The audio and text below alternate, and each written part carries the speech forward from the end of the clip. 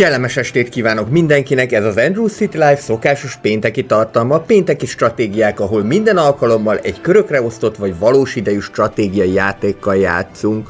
4 hete gyűrjük már a Civilization 7-et, most pedig következik a modern kornak az első fele. Aki eddig még nem látta volna ezt a sorozatot, ez úgy működik, hogy minden alkalommal egy-egy korszaknak a felét játsszuk le. Eddig tehát 2 részletben láthattátok az ókort vagy antikvitás korát, 2 részletben a felfedezések korát vagy középkort, és akkor most arccal a modern kor felé fogunk fordulni. Pontosabban arccal és vasúttal, ezt majd mindjárt mondom, hogy mit is fog pontosan jelenteni.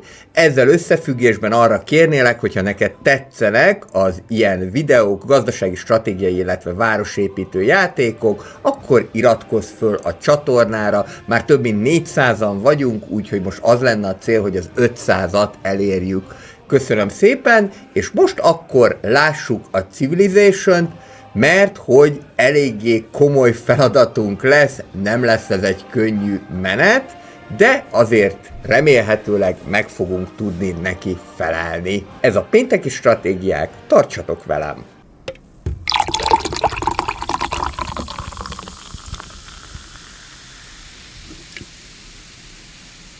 A mostani Civilization tehát úgy működik, hogy a készítők úgy döntöttek, a Humankind játékból emelnek át bizonyos részeket, és ez a korszakokra osztás is a Humankindnak az öröksége. Egy picikét fogyaszthatóbbá tették ezt, mint a Humankindban. Ezt tapasztalhattuk, mert hogy itt csak 3 korszak van összesen, lehet, hogy majd kiegészítővel hozzákerül egy 4. korszak, vagy esetleg még elé kerül egy 5. korszak, ezt nem lehet tudni. Minden esetre úgy néz ki ez a játék, hogy indultunk Ibn Batutával és a perzsákkal, utána lettünk arabok, és akkor most pedig egy huszárvágással a 3. korban a poroszokat választottam. Aminek megvan a jó oka, ugyanis nem állunk annyira fényesen az örökségpontok, illetve az egyéb pontok szempontjából se, tehát valamit itt ki kell találni, hogy 1750-től kezdve a hátralevő körülbelül 100-150 körben meg tudjuk előzni a riválisainkat. Nem biztos, hogy ez sikerülni fog, de úgy gondoltam, hogy ha veszítek, akkor is be fogom mutatni ezt, tehát nem fogom elrejteni, hogyha valami nem úgy sikerült, mint ahogyan én terveztem volna, ez hozzátartozik a történeti hűséghez, majd legközelebb jobban sikerül, de még nem akarom exkluzálni magam, mert még semmi nem veszett el, tehát még vissza lehet ezt hozni. Tehát perzsákból indultunk, lettek belőlünk arabok, szépen elterjesztettük az iszlámot, ahol tudtuk, ez egyébként egészen jól sikerült, és akkor most a poroszoknál vagyunk. Választanunk kell örökségpontokat, illetve örökséget, megkezdődött a modern kor, és itt egy csomó dolgot meg kell nekünk oldani. Az első dolog, amit szeretnék, hogy a vasutak építését azt meg tudjuk oldani. Vannak különböző ilyen sötétkori pontok is, amelyek járnak egy bónusszal és egy málusszal, tehát egy előnnyel és egy hátránnyal, de nem biztos, hogy feltétlenül ezt választanám. 2 darab pontunk van összesen, egy militarista pontunk, illetve egy white card, ami bármire felhasználható, tehát akár ezt is választhatnánk. Viszont azt gondolom, hogy mivel nem a kultúrára fogunk rámenni, ezért ez az Economic Dark Age, ez jó lesz.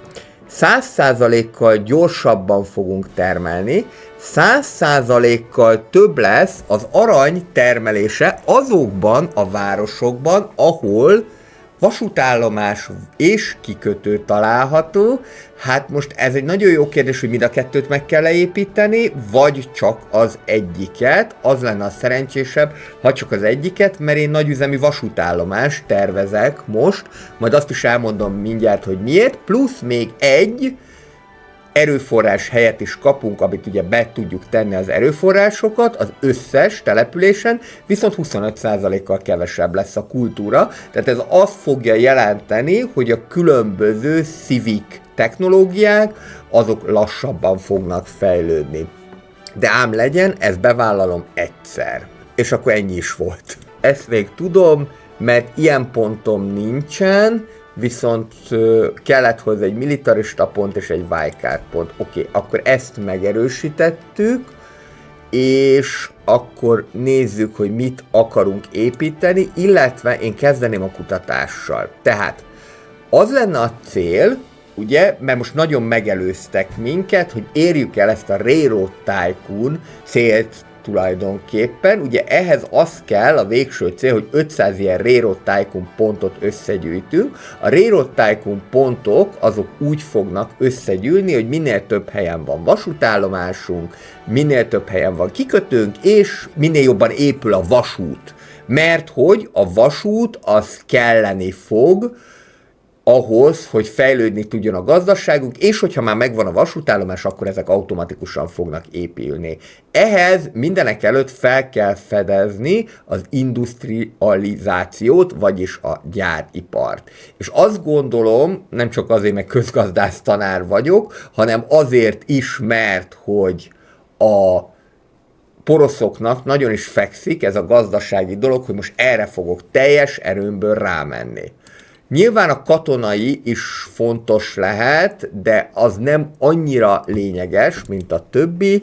Itt van ugye ez a science, ezt akkor lehet jó teljesíteni, hogyha sok science pontunk van, hogyha összesen 3 űrbeli projektet teljesítünk, 3 űrversenyt megnyerünk, gondolom ebben a hordaszállás is benne van, akkor megnyerte a játékot, aki ezt sikerül, illetve itt van az, hogy 15 darab erekjét helyezzen el a birodalmába, 6-nál tartunk összesen, úgyhogy én most maradnék itt az Economicnál.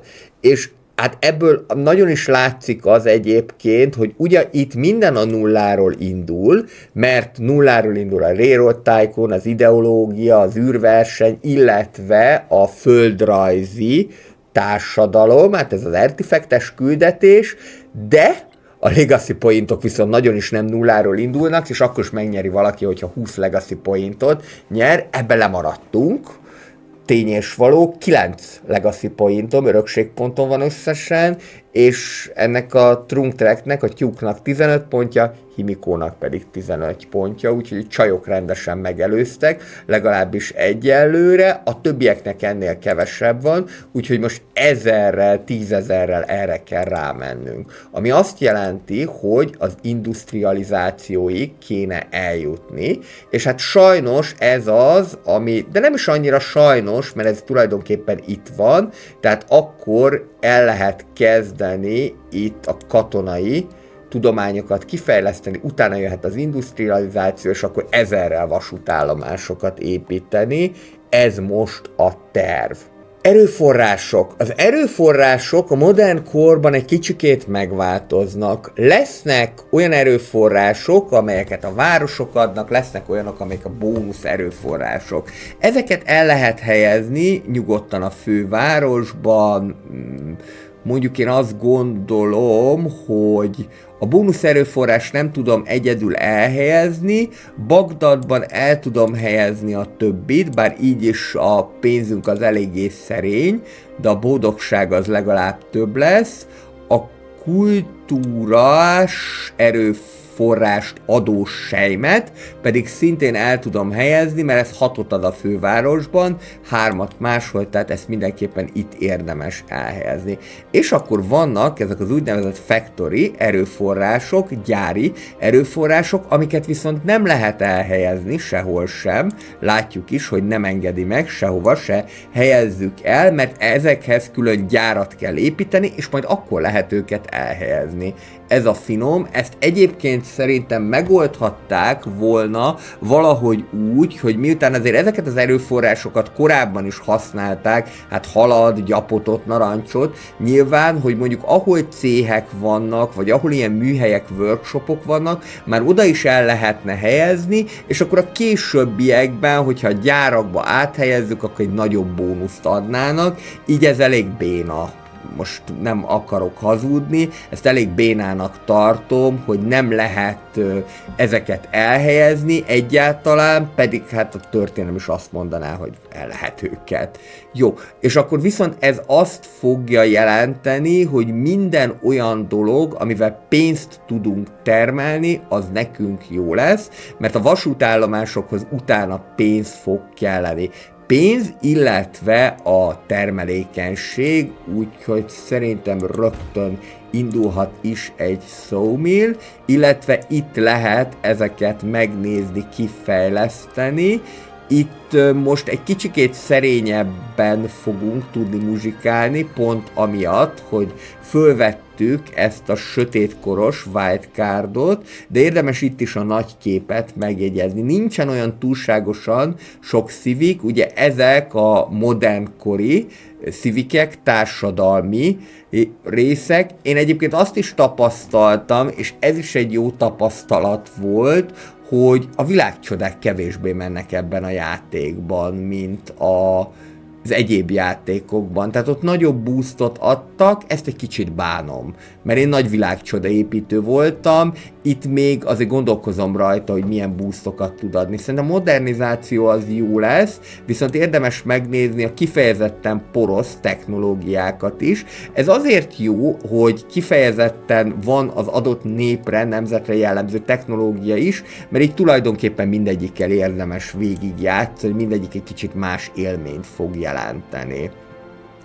Ez például azért lesz jó, mert minden egyes épület egyel több termelékenységet, illetve termelést kap akkor, hogyha navigálható folyóhoz kapcsolódik, tehát amellett van is ilyen navigálható folyónk, és utána pedig még ezt majd lehet növelni. Ez a Zollverein, ez pedig azt fogja jelenteni, ez nagyon izgalmas, hogy még azokkal a városokkal, illetve azokkal a civilizációkkal is lehet kereskedelmi kapcsolatot létrehozni, akikkel háborúban vagyunk. Ez egyébként nem így volt, de ez akkor egy kicsit változtat ezen a dolgon, ezért mondom, hogy érdemes ezeket a civikeket kipróbálgatni, illetve itt lesz majd a Brandenburgi kapu, valamint a vége, ezt már ki nem mondom, itt pedig majd a cavalry unitsokat lehet fejleszteni, de azt hiszem, hogy a tank is ennek fog számítani. Én most kiválasztottam a Ruhrvidéket? Hát igen, végülis azt ajánlják, vagy a Natural History-t. Jó, a Natural History-t választom azért, hogy megmutassam azt is, hogy hogyan lehet különböző ereklyéket, illetve különböző régészeti leleteket felkutatni. Megjegyzem, hogy ez is kicsit nehézkes ám a játékban, tehát ez sem olyan egyszerű.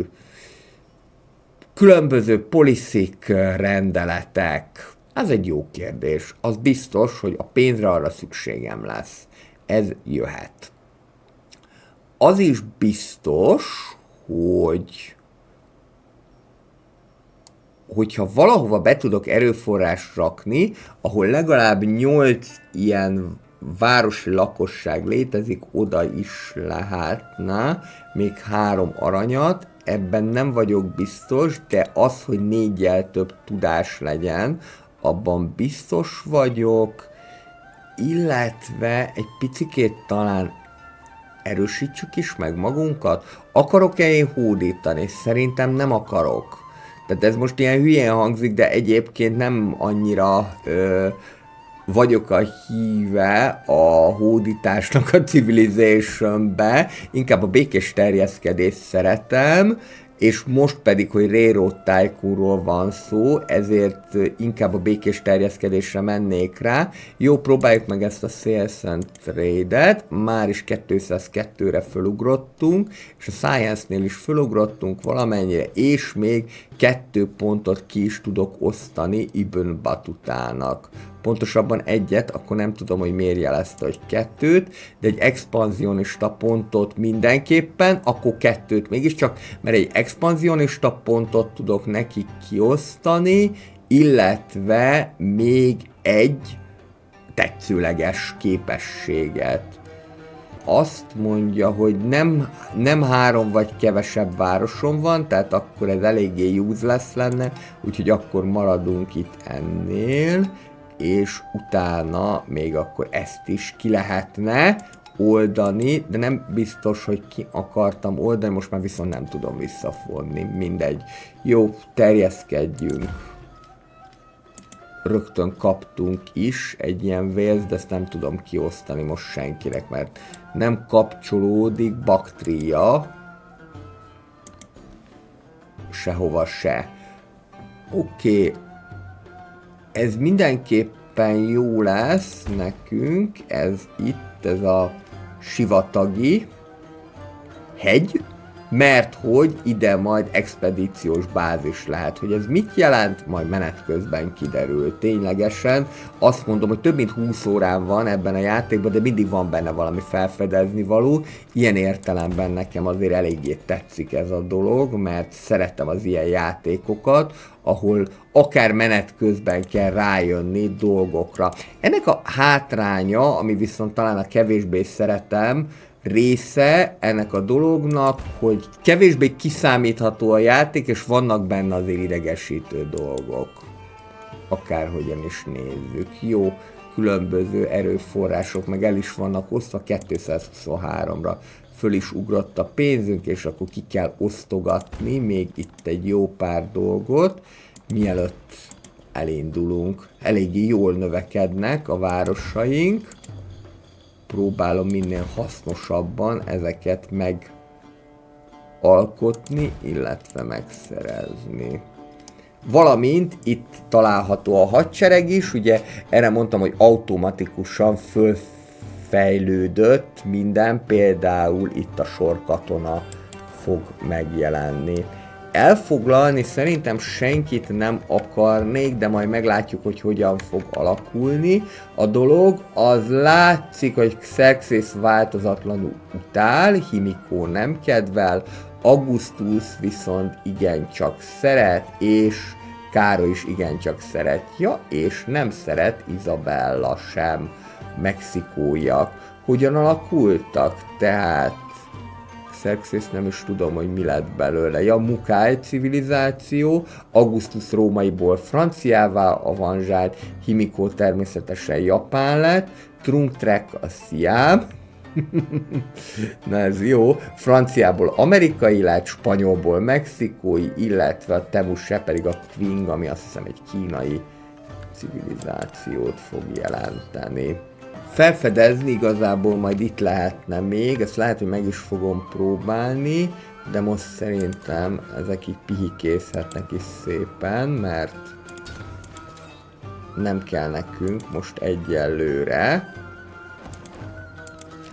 hogy másfelé menjünk. Most ugyanis nekünk a gazdaságra kell 1000-rel rá pörögni. Itt mondjuk még a biztonság kedvére ezt át lehet ide dobni. Illetve föl lehet fedezni a hajóval, akkor már menjünk el erre, nézzük meg, hogy mi van itt. Következő kör. Válasszunk államformát. A pénz az mindenképpen kelleni fog nekünk, bürokratikus monarchiát fogom választani, illetve ezáltal a kapcsolatunk is jobb lehet más népekkel.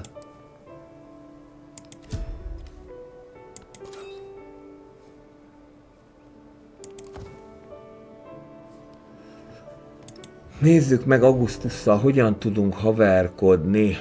Van-e lehetőség rá? Illetve azt is nézzük meg, mert van mondjuk egy ilyen Farmer Market, ez jöhet, illetve azt is nézzük meg, hogy a kereskedőkkel mi a helyzet, hogyan tudjuk erről gondolkodni. Ezt a Gordiont pedig át lehet változtatni várossá, szerintem 200 arany, az nem egy ökör ára, és az most egyébként nagyon jó kérdés, hogy lehet majd azt elérni, hogy legyenek vasútállomások. Már arra gondolok, hogy miután kifejlesztettük a vasútállomást, mert ez is egyébként egy probléma, hogy a játék nem igazán jelzi az egymás utániságát az épületeknek, márpedig, hogyha jól tudom, akkor bizonyos épületeknek vannak feltételeik. Baktriát nem fogjuk tudni bekölni a rendszerbe, de ez nem baj, majd megoldjuk ezt is. Itt létrejött egy új városállam, ezzel el fogunk tudni kezdeni haverkodni majd. Ez pont jó is itt. Igen, mert hogy ahogyan újabb korszak jön, úgy eltűnnek városállamok, és létre is jönnek. Hát most eléggé jóban vagyunk, apukám, nekem most a városállammal kéne haverkodni, úgyhogy ebből most csak te szerzel előnyöket, ez van, c'est la vie. És Bagdadot is fejlesztjük intenzíven, sajnos a kincses hajók már eltűnnek erre a korszakra, és azt nézem meg, hogy mi a helyzet a kereskedővel. Lehet egyáltalán kereskedőt venni. Settlers, azt látom, hogy igen, és várost is lehetne egyébként még dögivel alapítani, csak hely nincsen. Így is kapok 6 kultúrát, most nem az a legfontosabb. Ami ez is érdekes, hogy ha 139-et kapok, ja plusz 6, akkor 145 és 25%, azt hiszem, hogy lejön a sötétkor miatt. Hát ilyen dolgokra kell rájönni menet közben. Jó industrializáció, és utána pedig majd a Steam Engine. Ez az, ami nagyon fontos, de ezzel már majd lehet építeni vasútállomást. Oké, ez bejöhet, és a minél több pénzre kéne rámenni. Ez, mivel pénzt fog jelenteni, ezért egy ilyen vörös erődöt, ezt tolhatunk. Valamint akár meg is védhetjük magunkat. Ez a fűszeres, ez jónak néz ki, 16-tal több kaját fog jelenteni, ami akkor azért szavatolni tudja Bagdadnak a további növekedését, így is 32. szintű a város, a CIV korábbi részeihez képest tényleg elképesztően nagy városok vannak. Ez jelenti azt, hogy 32. szintűek vagyunk, 19 kör, mire szintet lép a város, és 7 kör, mire elkészül az aktuális fejlesztés. Járat a vörös folyó, virágom. Meg tudjuk növelni a területet több helyen is, és tudunk választani egy specializációt.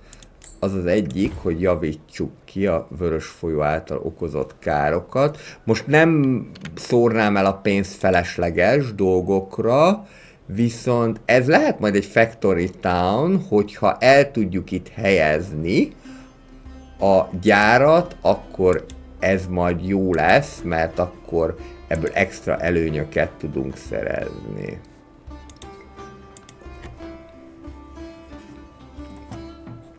Menjünk tovább. Ezt is lehetne várossá fejleszteni igazából. Azt hiszem. A 600 pénz az nem annyira nagyon sok. És mivel ez eléggé közel van az ellenséghez, ezért én ide szívem szerint építenék egy ilyen defensive fortification, de az nagyon sokára lenne meg. De nem baj, majd ezen is dolgozunk még. Az áradás egy kicsit megsomta szegény sorkatonát.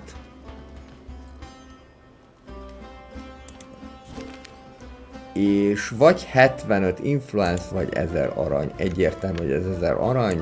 Kezdjünk el Indei Slun Nahka-val haverkodni. Ez valami nagyon indiai név lehet. Kövike.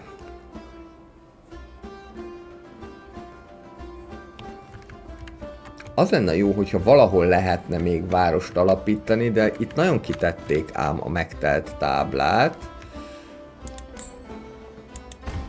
Ez meg ráadásul csak egy ilyen szigetváros. Itt viszont minthogyha valami lenne, és ráadásul itt vannak is nyersanyagok, hát baromira föl fogjuk idegesíteni azt, aki mellé ide beterjeszkedünk, de próbáljuk meg.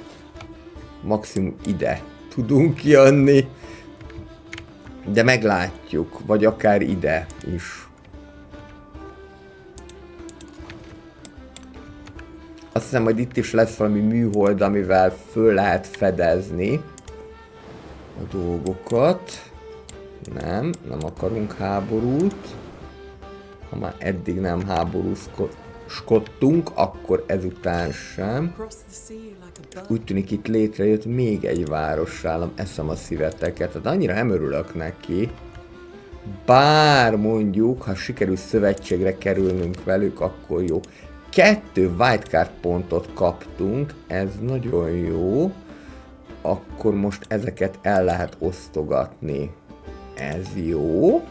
15% aranyat fogunk kapni minden megvásárolt dolog után az összes településen. Mi a helyzet az expanzionistával?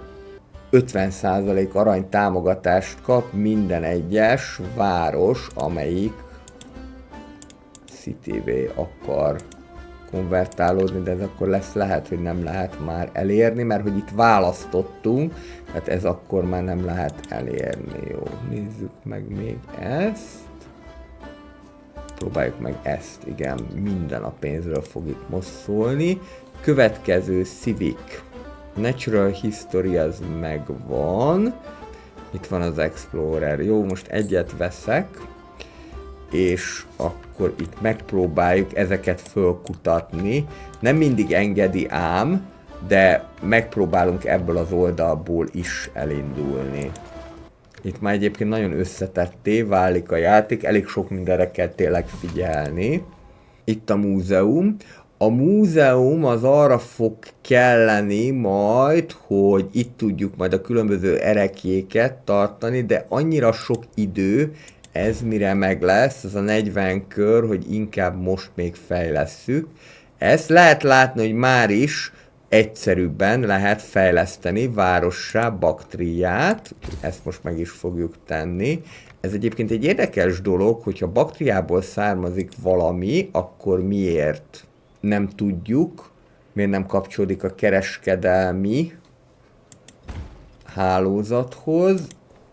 Na most mi a helyzet? És még mindig nem.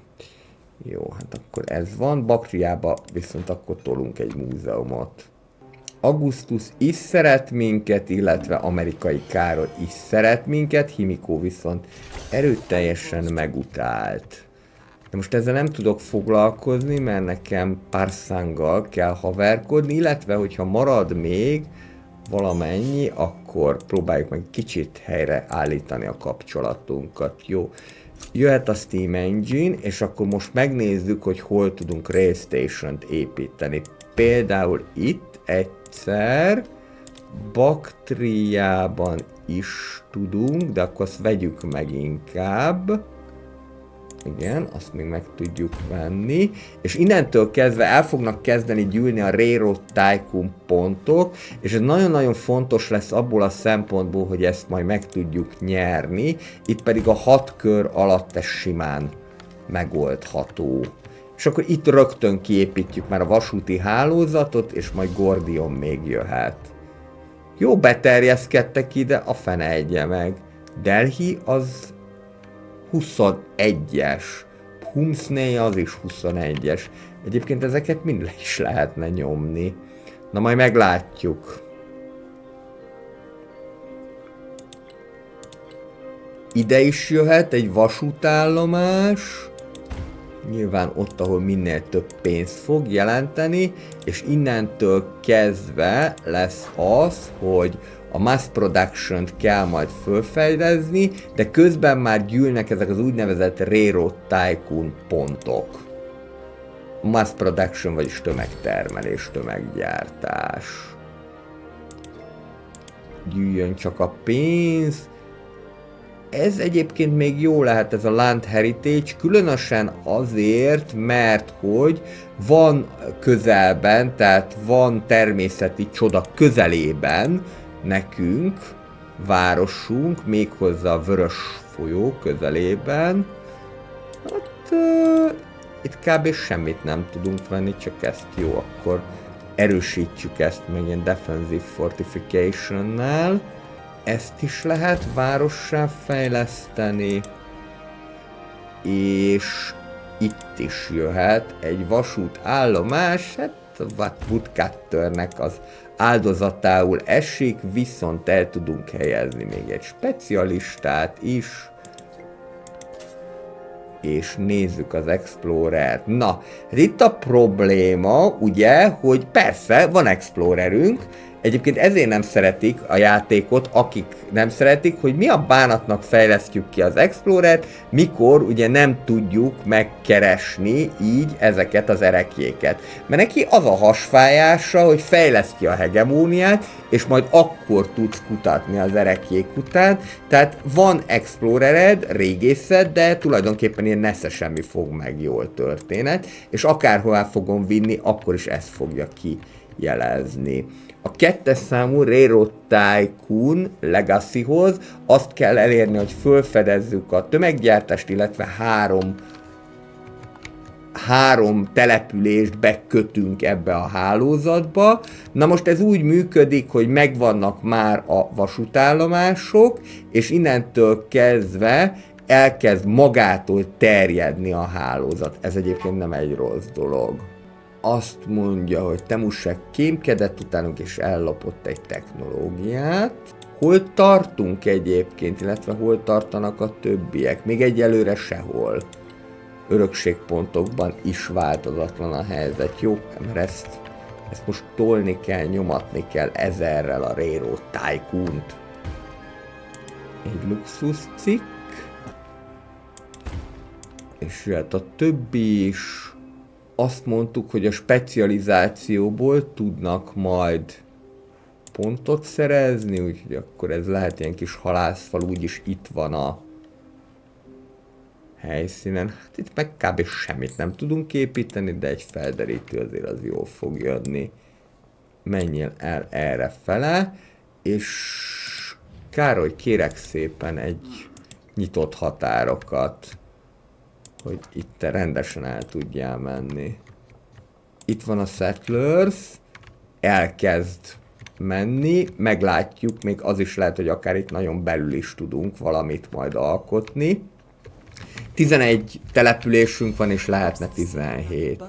Megvan a Natural History, és akkor amihez nekünk kéne, az a hegemónia. Hegemóniához kell a politikai elméletek, illetve a nacionalizmus, viszont ezt addig nem fogja megengedni, amíg legalább a modernizációt föl nem fedezzük. Most jöhet 18. Tudás mind a kettőnek. Pénzünk is elég jól áll.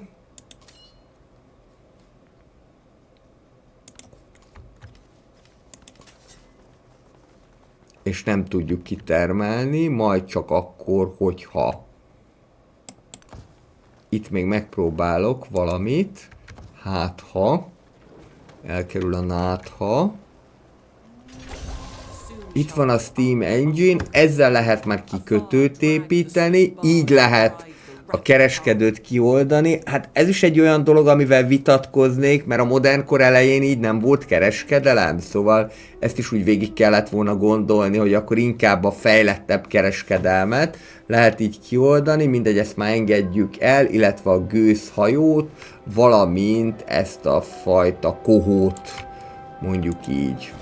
Kétfajta küldetés közül lehet választani, vagy azt mondom, hogy 20 körön belül van nekem, vagy lesz nekem egy kikötőm, Vagy azt mondom, hogy 10 körön belül fejlesztem a szén, az ezüst, illetve az arany erőforrásokat is. Mind a kettő valamilyen újabb küldetést fog elindítani.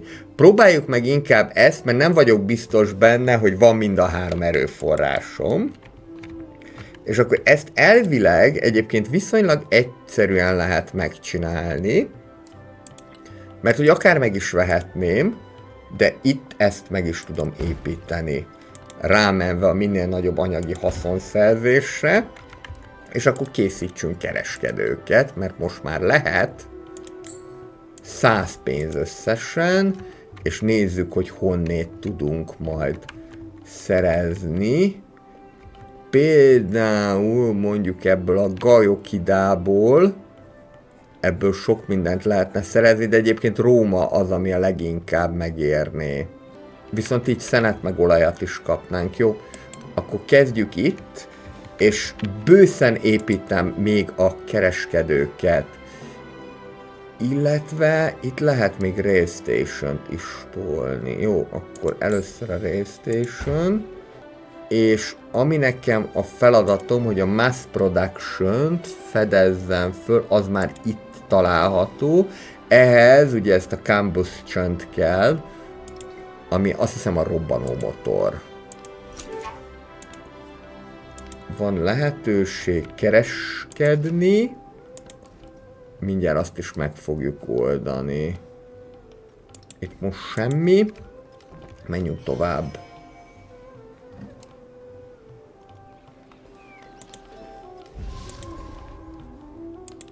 Egy specialista, illetve lehet kiterjeszteni a városokat. Most már gyakorlatilag minden körben akár több lehetőség is van arra, hogy kiterjeszkedjünk. Most már Bagdad elég szépen termel, ahhoz képest, hogy mínuszból indultunk, ez nem is a rossz. Jó, Kusza is lehet város. És itt van a kereskedő. Pataliputrából is szép dolgokat kaphatunk, úgyhogy akkor menjél te oda szépen. Igen, és jöhet ide is egy kikötő. Gazdasági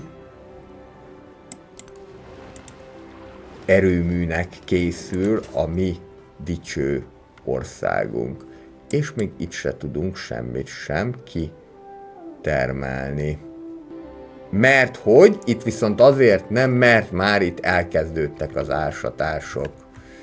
Itt mi a helyzet? Próbáljuk meg ide menni. És akkor majd meglátjuk. De ez úgy látom, hogy ilyen natural wonders-szerűség. Tehát itt nem tudunk semmit sem kezdeni. Próbáljuk meg itt. De a hegemóniát kell felfedezni tényleg ahhoz, hogy egyetlen érdemben valamit tudjunk kezdeni. Ezt nem mondod, hogy mind a 2 kis városállamot eltörölték, de durva. Mocsok Xerxész. Hát, nem kizárt, hogy háború lesz belőle.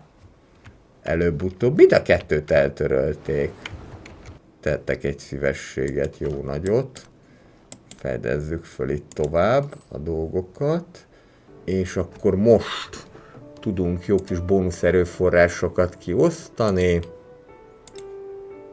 Csak így egységesen próbáljuk meg, és jöhetnek az újabb kereskedők. Persze egyre drágábbak ezek, de mondjuk Tokió lehet a következő célpont. Azt úgyis akkor vallásilag is meg lehet téríteni. Csak nagyon-nagyon kémkednek, ez nem tetszik. Na megálljatok.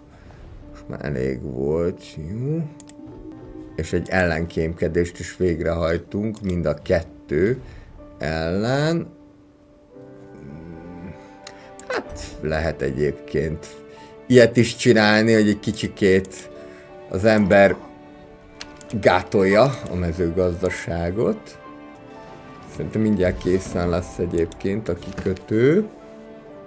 Sikerült is. Egy ilyen Ship of the Line-t kaptunk. jutalmul. Hát ez a sortüzelőhajó. Fú, nagyon durván kémkednek, nagyon-nagyon nem tetszik a dolog. Itt, amit tudunk tenni, az talán az, hogy ide is betolunk egy múzeumot, és most már 4 település van bekötve. Igen, itt van a mi kis Ship of the Line-unk. Derítsük föl erre is, mi a helyzet, meg erre is. Hát ide tulajdonképpen, hogyha nagyon akarnám, akkor még be is terjeszkedhetnék, ráadásul olaj is van itt. De most elkezdtek engem ezek fölidegesíteni. Igen, mert itt létrejött egy új városállam, Dublin, de lehet, hogy ezt is le fogják nyomni. Or whatever. Ide be fogok terjeszkedni. Ide is lehetne egyébként kikötőt építeni, mondjuk a pénz szempontjából egyáltalán nem rossz. És akkor jöhet még egy Settlers, ezzel viszonylag ráérünk, illetve egy Merchant is. És ez eljut Tokióig, Trunk-Trekkel kereskedelmi szempontból nem vagyunk annyira jóban, de ezen lehet segíteni. És akkor mindjárt sikerálni fog a dolog. Ezzel rohadtul föl fogok valakit idegesíteni, de nem érdekes. Megalapítottuk Münchent. Münich. Egy szépen. Csak így ide bellébe. Ki mellett vagyok? Izabella mellett. Hát ez tuti hadat fog üzenni, bár majd meglátjuk. Igen, létrehoztuk az új kereskedelmi útvonalat. Kaptunk még egy sejmet, amit megkaphat Ardabil. Modernizáció. Meg lehet építeni az ermitást. 25%-kal több aranyat és boldogságot lehet majd szerezni az épületekből, életszínvonal növekedése, illetve 30%-ot az overbuildingből. Na, ennek az overbuildingnek utána néztem, ez az gyakorlatilag, amikor egy adott épületre ráépítjük a modernebb változatát, tehát ezt hívjuk overbuildingnek. Legyen 5 kereskedelmi útvonalunk, már 3 van, és mindjárt lesz még több is. Most erre 1000-rel koncentrálok, hogy legyen, és érdekes, itt már nem tért át az iszlámra, pedig én azt hittem. Jó, hát Róma lenne a legnagyobb falat, ezt azért szerezzük már meg, és akkor most jöhet a tömeggyártás. Szociális, vagyis társadalmi kérdések, vagy a RUR. A RUR, mind a kettő jó egyébként. És még egy kereskedő. 1000-rel nyomatni. Nagyon betelt itt minden tábla, meg mindenhol. Még azt nézem, hogyha ide én betolok egy kereskedőt, akkor kivel tudok üzletelni. Igazából itt Sevilla, Toledo, Izabellával tuti nem, de ez így jó lesz nekünk. Majd ezt fölfejlesztjük pár szát is. Akkor már mindegyik legyen város, és akkor már tudunk normálisan építkezni.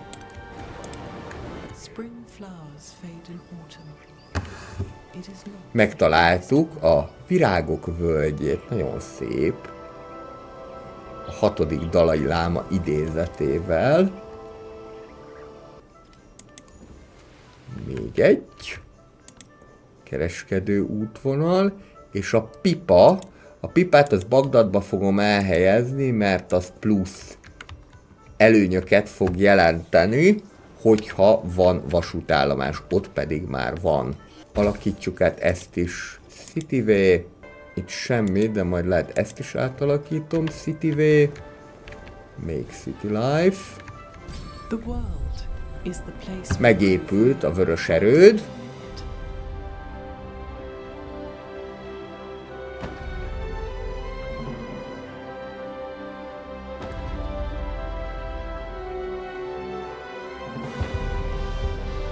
Milyen jól néz ki, még ilyen kis füstöt is kaptunk hozzá. Jöhet ez az életszínvonalos történet. ide is a fűszeres. Ami utána fog következni, az majd mindenképpen az lenne, hogy gyárat építsünk, hogy ezt a rengeteg nyersanyagot el tudjuk helyezni. Végre! Itt viszont tudunk valamit kezdeni, el tudjuk kezdeni az ásatást, legalább valami. Vitorlázzunk tovább, ahogy tudunk. Most már egyébként a nagyobb része föl van fedezve a világnak, már csak itt. Nem? Hoppá, kitört a téra, a vulkán. Csak eszközsérülés történt, személysérülés nem. Ide is jött egy kikötő. Mondjuk eleve 4 a fenntartása, és akkor még 9-et kapunk. Jöhetnek Madridba a kereskedők, Xerxesszel nem fogok kereskedni. Bár akár akkor is megtehetném, ha háborúba állok vele.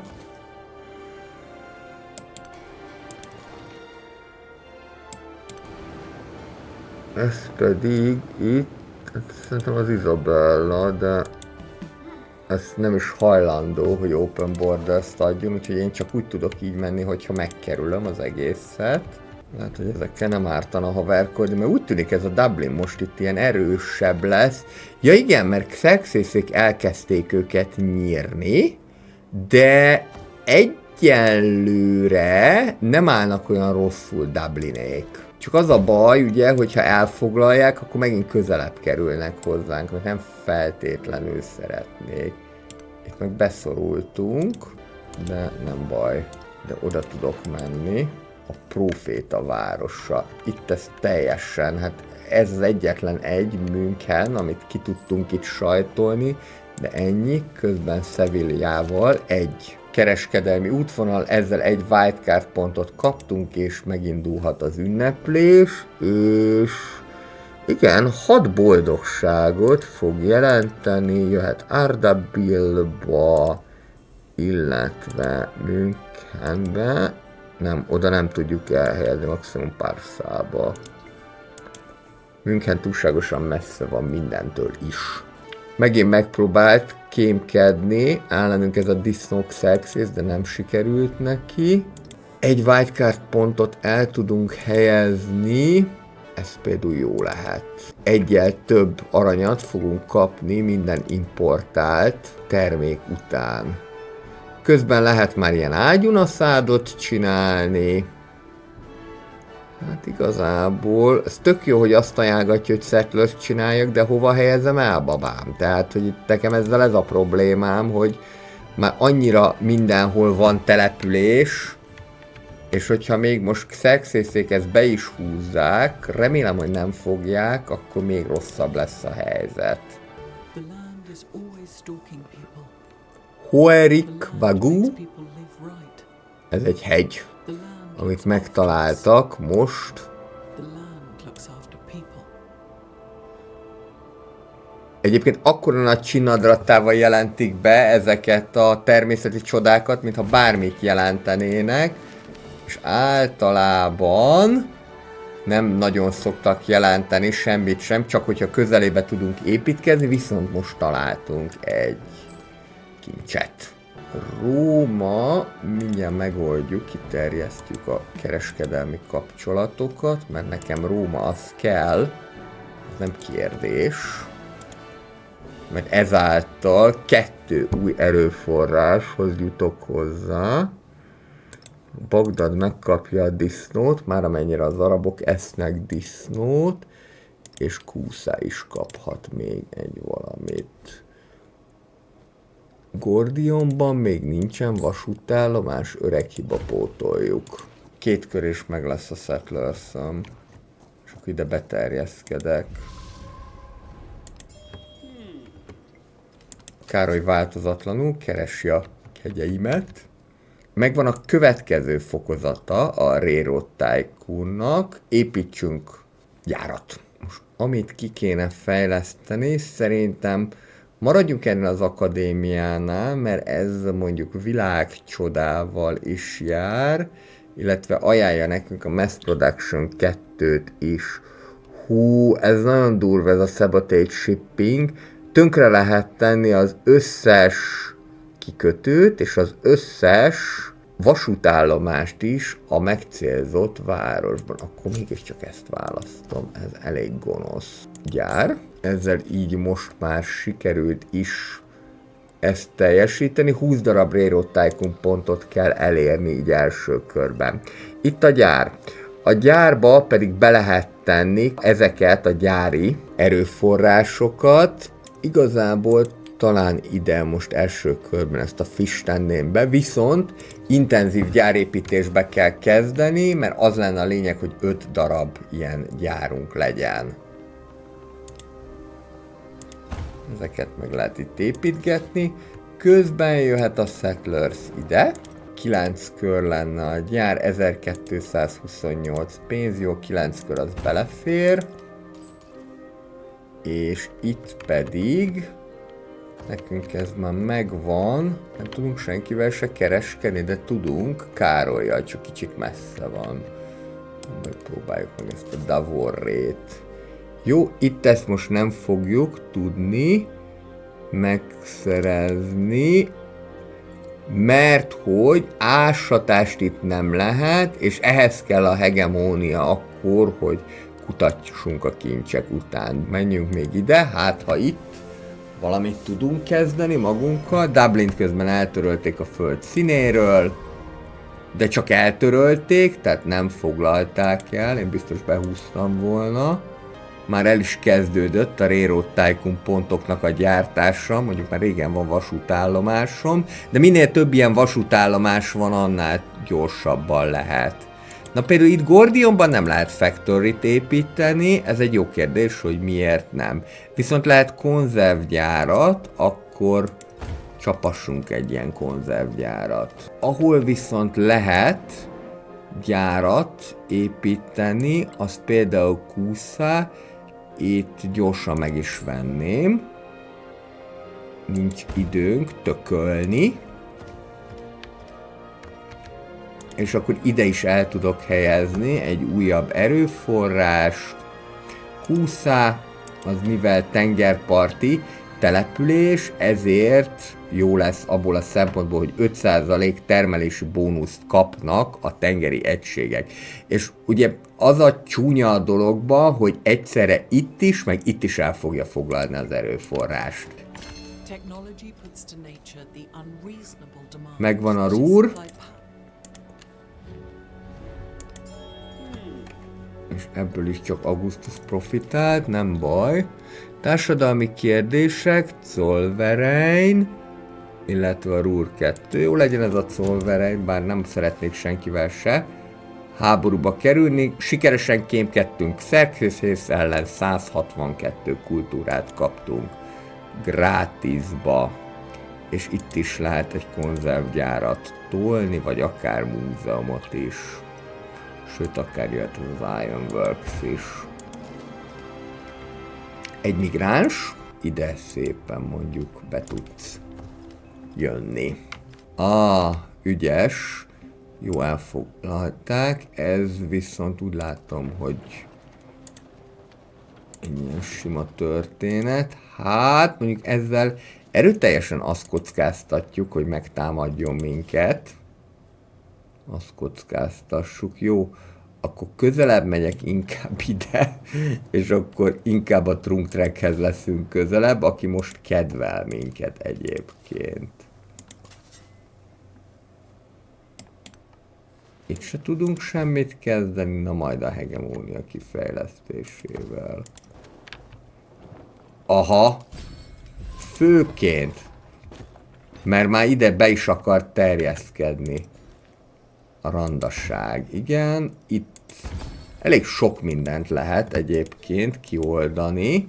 Többek között a puskaport és a valamilyen füvet, mindjárt ránézek, hogy milyen füvet, jöhet ez a ráépítős, nem is füvet, de egyébként ültetvény van itt, de ez bor amúgy. Jó, most mindenki eltakarodik haza, és ez így is van a legjobban.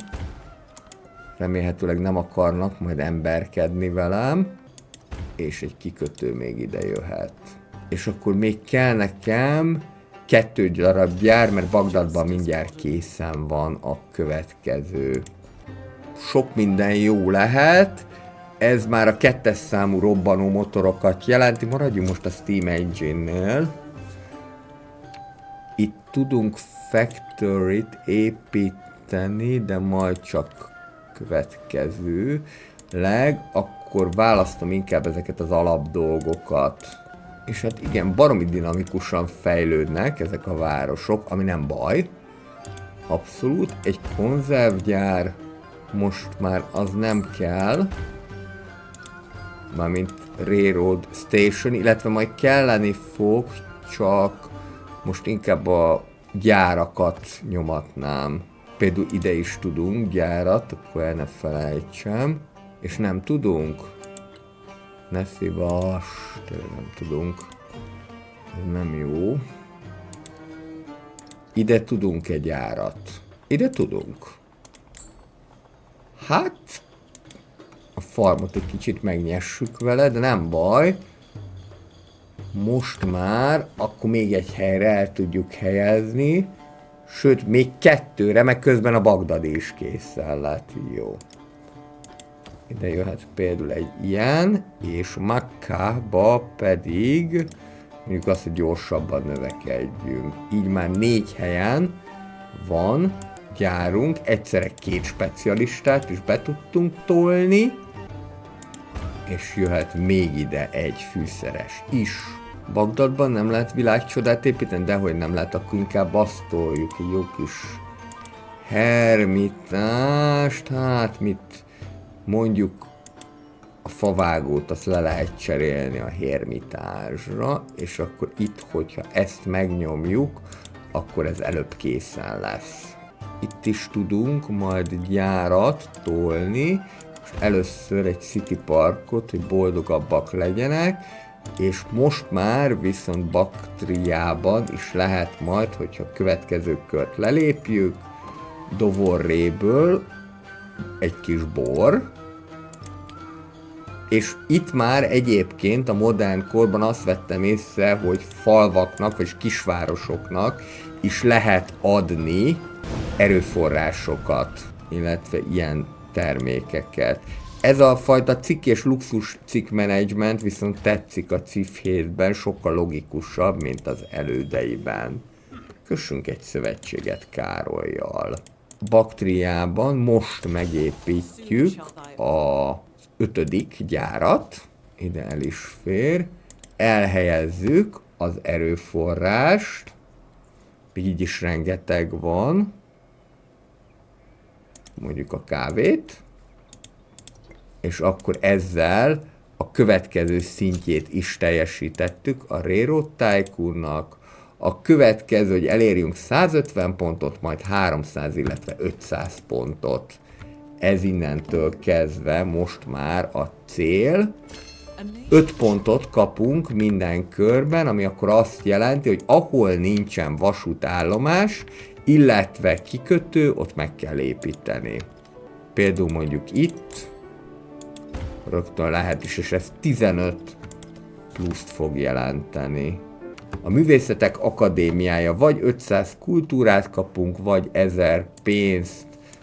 Pénzt választom, ez mindenképpen. Ez jó lehet, ez az EMS, ezzel meg lehet építeni a Brandenburgi kaput is. Bizonyos épületek valóban ilyen az adott nemzetre jellemzőek, mint a Brandenburgi kapu is. Javítsuk ki a bőrit, és gyere ide Frankfurtba, hogy azért be tudjuk védeni, hogyha bármi olyan lenne. Intenzíven nézegettem, hogy hol mit lehet még építeni, például ide, hogy beszántjuk a bányát, de ez nem érdekes, és ezt is. Ugyanis most már az az egyetlen célunk, hogy minél gyorsabban, minél több Railroad Tycoon pontot szerezzünk, amennyit csak lehet. És meg így csak 5 jön körönként, az kevéske. Jó, némi kis segítség neked. És itt tulajdonképpen már bármit lehet építeni, most már kezdjünk el a katonai fejlesztésekre is koncentrálni.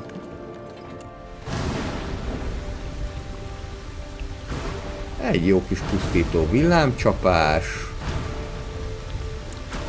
1810-ben. Sajnos az a probléma, hogy nagyon sok olyan városunk van, vagy legalábbis több olyan városunk van, ahol csak egy sziget van. Hát még ide esetleg be tudnék terjeszkedni, illetve van itt egy hely. Na jó, akkor gyerünk ide. Ez mondjuk rögtön 2 luxus cikket is fog jelenteni, de tényleg látszik, hogy nagyon a morzsák jutottak.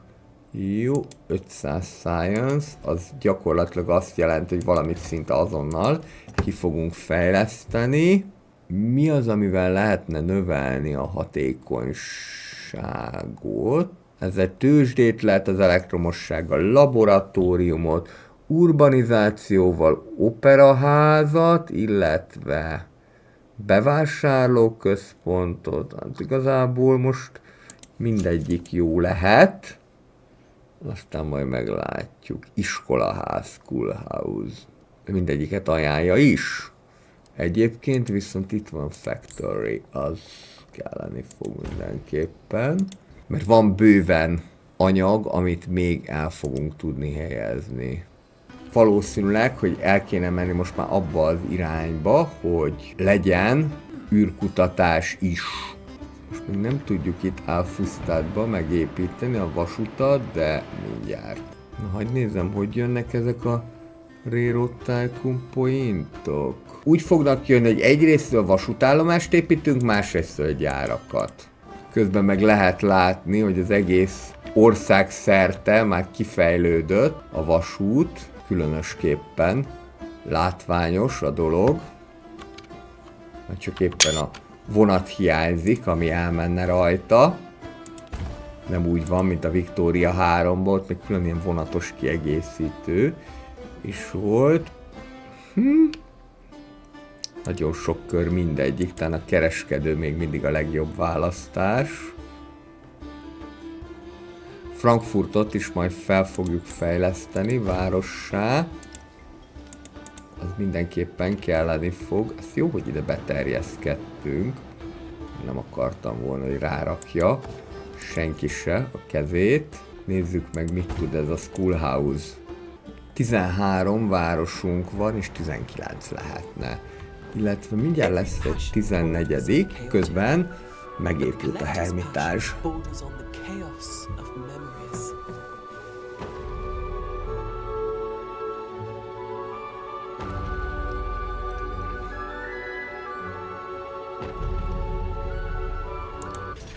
The face of a city changes faster than a human heart. Bevásárlóközpont, operaház, illetve még egyel több városunk lehet, hogyha úgy akarjuk. Itt úgy látom, hogy ezek meg közben ezt befoglalták. Ó, hogy... Vagy nem? Hol volt az a város? Most már nem emlékszem rá. Na mindegy, most viszont lehet választani, hogy vagy 3-mal több boldogságot kapunk a bevásárlóközpontból, vagy 3-mal több termelést. A bevásárlóközpont amúgy is ad boldogságot, úgyhogy a termelést választom. A repülés lehet a következő, hiszen ugye van ez a speciális porosz repülőgép, a Stuka. És közben pedig adjunk a kultúrának is, ez ráadásul influence pontot is fog jelenteni. Ezt pedig fejlesszük már föl várossá Münchent is. Ez egyértelmű, hogy erősítsük be, mert különben bajok lesznek. Csóri az itt elakadt, legfeljebb még ide tudnánk menni. Eléggé össze-vissza vannak ezek a városok. Mindenhol is van valami gyarmatunk. Még azt nézném, hogy ide is beterjeszkedett. Igen, mert az a helyzet, hogy nem nagyon háborúskodtak egymással a felek. Ez a játék úgy tűnik, hogy már erről szólt, hogy nem nagyon kóstolgattuk egymást. Így azután sokan megmaradtak. Farm helyére egy ilyen Oxford Egyetem, az jöhet. Igazából lehet, hogy az lenne jó, hogyha most már hadsereget gyűjtenék, és valaki ellen háborút indítanék. De lehet, hogy ehhez nyuszika leszek. Pedig ezt a kettőt itt tök jó lenne behúzni. Itt viszont még egy gyár. Nyomassuk meg a növekedést. Ez a huszár, ez egy speciális porosz egység. Hát ez több mint rossz. Megpróbálunk erre valamerre keresni valamit, de nem nagyon látok már olyan területet, ahol egyáltalán tudnánk bármit is kereskedni, viszont a dupla specialistákat, azokat bőszen lerakom, és most akkor igazából ez viszont jó, mert a Zollverein 2-vel minden egyes város, amely össze van kötve a vasútállomással, ez a Stadtseinen-Bahn, ez a speciális porosz vasútállomás, az 25%-kal több outputtal fog rendelkezni.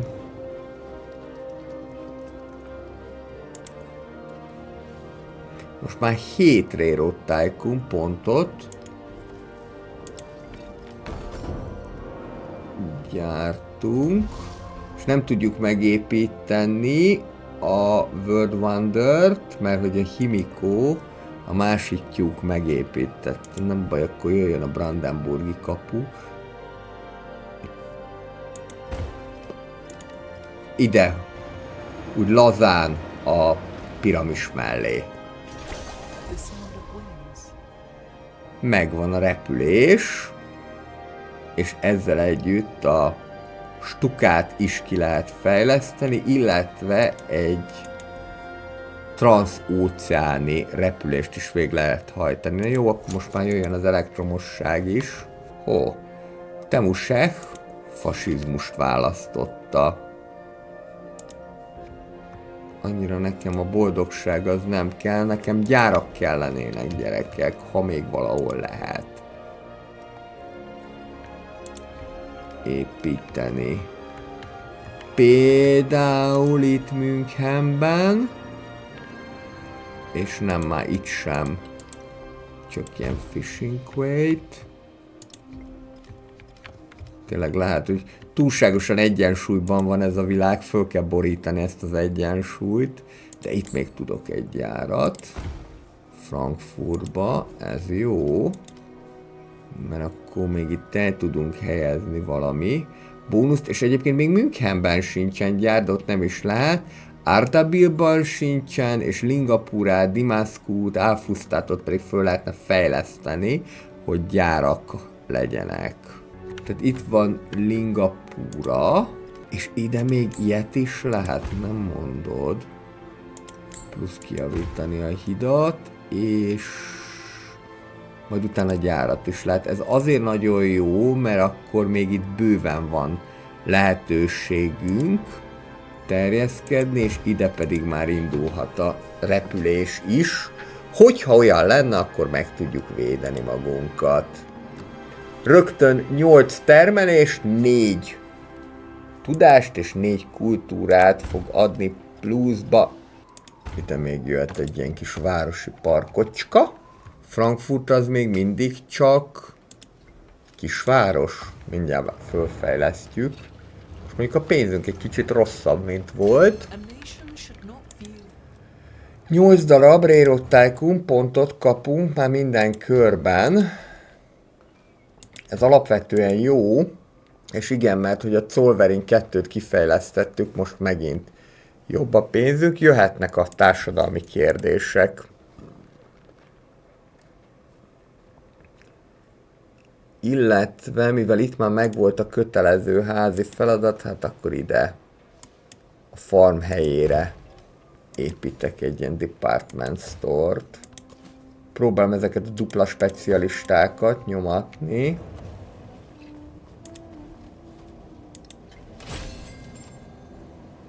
Sikerült elérni az 1-es számú Railroad Tycoon küldetést, és a Brandenburgi kapu is fölépül.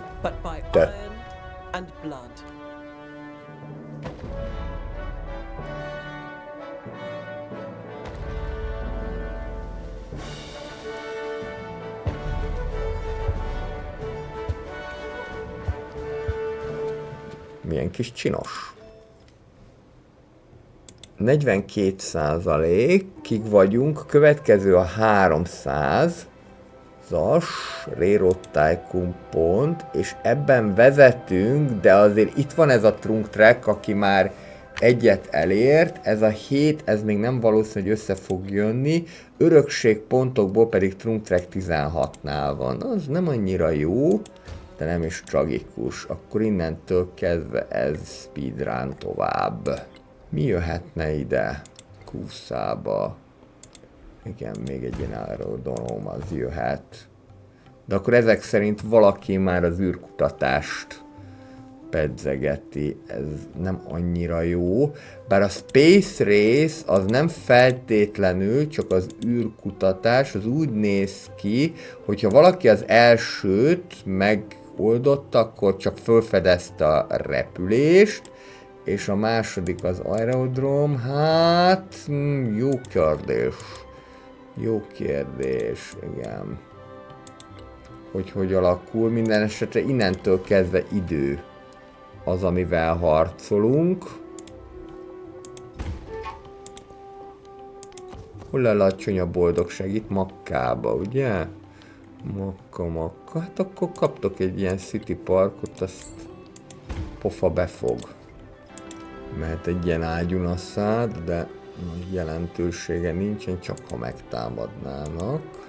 Ardabilban itt van a kereskedőnk, aki mondjuk ezzel a Little Axe-vel, legalább kicsi fejszével legalább tud kereskedni.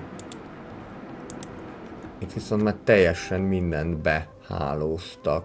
Azt mondtuk, úgy emlékszem, mint hogyha Lingapurában még lehetne gyárat építeni, bizony lehet. Hol van egy kicsi sziget legalább, ahol lehetne várost alapítani. Az elektromosság, laboratórium és tőzsde. Ne kérdezzük, hogy a tőzsde miért az elektromossághoz kötődik, miért nem inkább a közgazdaságtanhoz. Tele vagyunk influensszel amúgy. Az viszont azért jó, mert hogy akkor lehetne egy kicsit ezt a Trunk Tracket nyírni. Nézzük csak. Egyrésztről egy ellenkémkedés, másrésztről próbáljuk meg ezeket megoldani, és akkor majd még itt is lehetne, nem? Ezt nem lehet visszavonni? Nem lehet. Fogott figura lép. Jó, jöhet most már a hadsereg, és jöhet ez is, hogy most már influencert termeljünk. Plusz 10% kultúra azokban a városokban, amiket nem én alapítottam. Mediatizáció. Hát, az nekem miért jó? Reálpolitika az viszont jó, ha esetleg háborúba kerülnénk. Itt fogunk majd modernkori államformát választani, hogyha meg lesz ez a politikai elmélet. Mint az ementális sajtban úgy vannak a városok. És most már akkor egyrésztől föl lehet itt javítani a dolgokat Al-Fustadba, és valahol lehet majd gyárat is még tolni. Augustus szólt. Károly háborúba került Trunk Trackkel. Belemenjek a játékba? Na jó, belementem. Belementem a játékba. Az első háború. És meg nem is tudom nagyon támogatni magamat, a Sziám háború.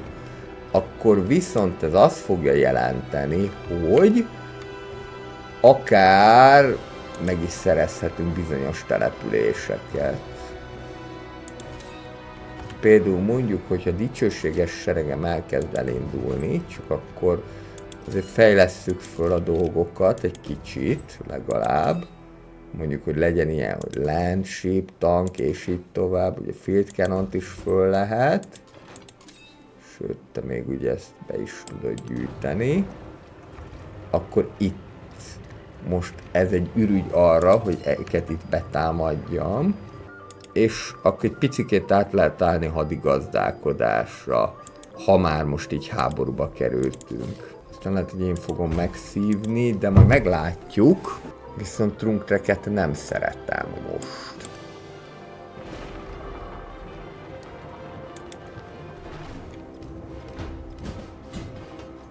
Ó, és közben Augustus is hadat üzent nekem, na ez így már nem annyira finom. Tehát Augustus, Himiko, Áleja Jakta, ezt, az. Neked. Az is hadat üzent.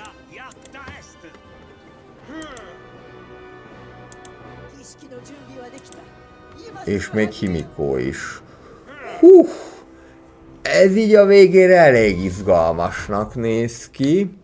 Azt kell, hogy mondjam, hogy akkor most, így 1 óra 40 perc játék után, és nagyjából a korszak felénél vagyunk, most akkor itt zárjuk be a mai Civilization-t, és én akkor megköszönöm szépen a szíves figyelmeteket, a jövő héten folytatjuk a végjátékkal, gyakorlatilag egy világháborút fogtok látni, meglátjuk, hogy hogyan fog majd mindez alakulni, tuti, hogy akkor most nagyon föl kell magamat szívni, még az a csoda, hogy Xerxes nem üzent nekem hadat, viszont hadat üzentek a rómaiak, akik most már franciák, hadat üzent ugye Trunkrek, és hadat üzent Himiko is, úgyhogy ez alaposan meg fogja majd bolygatni a fennálló viszonyokat.